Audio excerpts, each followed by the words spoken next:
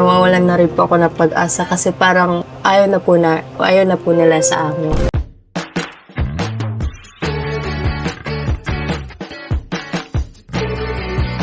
Si Kuya Jens, ano yan, reactor natin yan. Official reactor. Hello mga kalingap! Welcome back sa aking YouTube channel, Kuya Jens. So kung bago ka lang sa aking YouTube channel, huwag niyo pong kalimutang mag-subscribe at click the bell button para like ka updated sa ating mga bago-upload na video. At huwag po natin kalimutan suportahan ng Butim Kalingap sa pangunguna ni Kuya Val Santos Matubang, Ate Edna Vlog at syempre Kalingap Rob. At pakisuportahan din po ang mga kasama sa Butim Kalingap. Nandyan po ang K-Boys, Kalingap Partner, Kalingap Reactor, at lahat po ng charity vloggers sa buong Pilipinas sa tumutulong sa mga kabayan natin na lahat mahihirap. Suportahan po natin lahat, guys. So ngayon mga kalingap, matagal-tagal din po natin hindi nabigyan ng reaksyon si Queen, mga kalingap, ang beauty queen, mga kalingap, at artistahing dalaga na taga-Iriga, mga kalingap, na ngayon po ay beneficiary at tinutulungan ni Kalingap Rob at kasama rin syempre mga kalingap sa mga Kalingap Angels. At itong mga nakarang araw nga mga kalingap ay usap-usapan po mga kalingap sa social media yung pong nangyari po kay Queen na ating po pag-uusapan maya-maya lang po mga kalingap.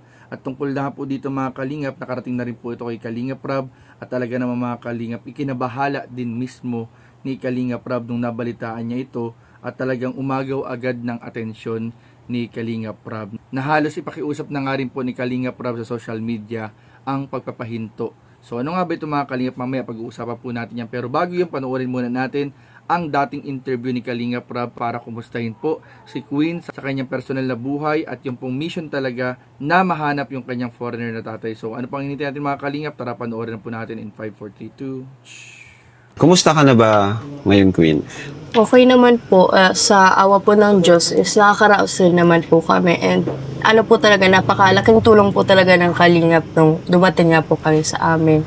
Ganun po. So, ngayon po ay gumaganda na rin po yung yung buhay ko. Wow, grabe. Kasi hindi na po gaya ng dati na nangungutang pa po sumama at naghahanap po ng baon. Kasi gaya po ng dati, isang kayod, isang tuka po kami. Ngayon po Kahit pa paano, nakaluwag-luwag na. Opo. Dahil sa mga allowance na binibigay namin. So, okay naman kung ganun, Queen. So, Queen, ito naman, another question ko. Kasi sa una talaga, ito yung mission natin, di ba?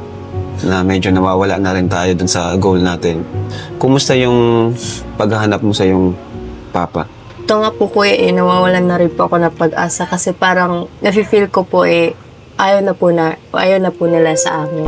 Yung si papa po, parang ayaw niya na sa amin na parang hinahanap po namin siya pero parang tumatago siya para hindi kayo makita. Ganun po. Pero syempre po, umaasa pa rin po ako na makita kasi yun po talaga yung isa ko pong dream na dati pa po talaga. Makita siya. Opo. So, nararamdaman mo ngayon na parang ayaw niya kayong makita. Siyempre, ramdam mo yun, eh. Opo. Parang nalulungkot rin pati. Lalo ka na, ikaw yung una. Kahit sana ikaw lang, di ba? Kung ayaw niya sa mama mo, ikaw. Opo. At the same time po rin, nalulungkot rin po ako kasi syempre ako po super excited po ako makita siya tapos parang siya po yung ayaw. Hanggang. Grabe. Ano bang pakiramdam ng lumaki na walang papa? Napakalungkot po kasi syempre gaya po na iba kong classmate. Nakita niyo po may mga papa sila ganun.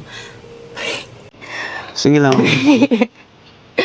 Parang nakikita niyo po na parang meron po sila patay tapos kayo po iwala tapos Parang may kulang. Opo. Parang iba po talaga yung pakaramdam na wala pong tatay. Lalo na pag anak na babae, di ba? Mas close yan sa tatay kung sakaling nandyan si papa mo. Grabe. Okay lang, kasi kilala kayo namin bilang isang strong. Strong ka eh. Pero ngayon ka lang namin nakita ang ganyan na umiyak. Pagdating talaga sa papa mo. Naintindihan naman namin yun. And wala man si papa mo, dyan naman si mama mo. Opo. And habang may buhay, may pag-asa. Di ba? Pray lang natin kay Lord kung talagang will ni Lord na makita mo siya. Opo. Edi okay. Kung hindi naman, obayan na lang natin sa Diyos. And andito naman kami mga kuya mo.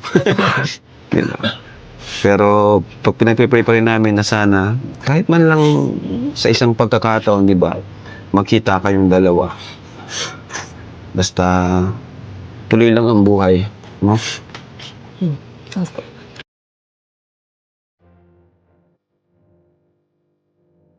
So, ito na lang. Ano yung gusto mong sabihin sa kanya ngayon? Ano po, if ayaw mo pa ako makita, okay lang naman po. Pero, yung gusto ko lang po kasi talaga kahit isang araw lang.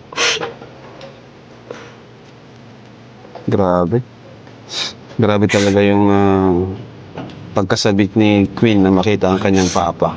So ayun mga Kalingap, at napanood nga po natin yung nakaraang pang-interview ni Kalingap Rob kay Queen para kumustahin nga po yung kanilang personal na buhay at yung paghanap pa rin sa foreigner na tatay po ni Queen na hanggang sa ngayon po mga Kalingap ay wala pa rin pong balita at hindi pa rin po nagpaparamdam sa kanila.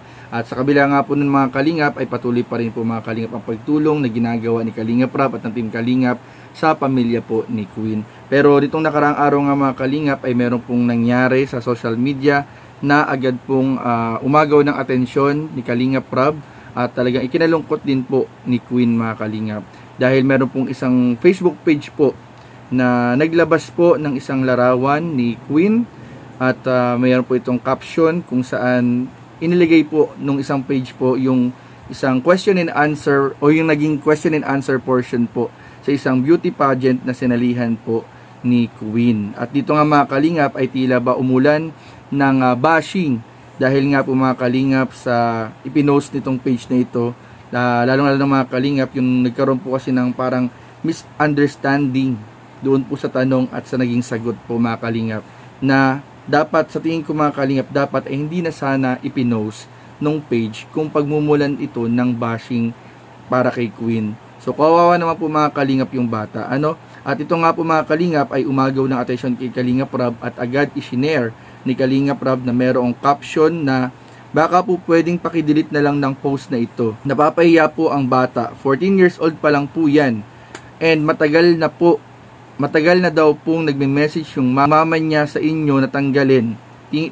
Thank you in advance. Yun po yung nakalagay sa shared post po ni Kalingap Rob na parang ipinapahatid po dun sa owner ng Facebook page na nag-post po ng hindi maganda against kay Queen. So sana nga po mga Kalingap ay makarating po ito dun sa owner nung page na ito at sana po sa lalong madaling panahon ay alisin na yung page na yon na nakakasira o naghahatid ng parang pambubuli or parang katatawanan sa naging pagsagot ni Queen doon sa pageant nga na sinalihan. So sana po mga Kalingap kung makarating man ito dun sa owner ng page itong panawagan na ito ni Kalingap Rob at sa panawagan din ng mga taga-suporta ni Queen ay nawa po ay maintindihan po at sana ma-delete na po ito mga Kalingap para hindi na po ito tumagal pa o humaba pa yung usapan o baka magkaroon pa ng mas malalim pong hindi pagkakaunawaan. So yun lamang po at maraming po salamat mga Kalingap. Patuloy po natin suportahan si Queen at ang pagtulong na ginagawa ni Kalingap Rob at ng Team Kalingap sa kanilang pamilya. So yun lamang po at maraming po salamat sa inyong panonood. Please don't forget to like, comment, share, and subscribe sa ating mga video. Maraming po salamat. God bless. Bye-bye.